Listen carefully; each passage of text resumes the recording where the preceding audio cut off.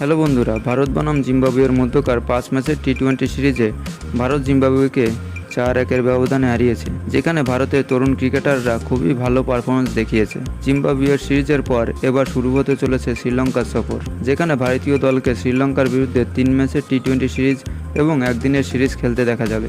3 ম্যাচের টি-20 সিরিজ শুরু হতে চলেছে আগামী 27 জুলাই এবং শেষ হবে 30 তারিখে। অন্যদিকে একদিনের ম্যাচ শুরু হবে আগস্টের 2 তারিখ থেকে।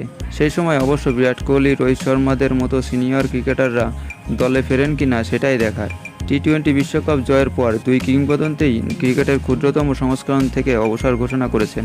পরের মাসে একদিনের সিরিজে তাদের প্রত্যাবর্তনের মুখাপেক্ষী ভক্তরা। আশা করা যাচ্ছে শ্রীলঙ্কা সফরে ভারতের টি-20 দলের অধিনায়কের দায়িত্ব পালন করবেন হার্দিক পান্ডিয়া এবং সহ অধিনায়ক থাকবে সূর্যকুমার যাদব। তো বন্ধুরা, দেখে নেওয়া যাক শ্রীলঙ্কা সফরে ভারতের টি-20 সিরিজের সম্ভাব্য দলটি কেমন হতে পারে।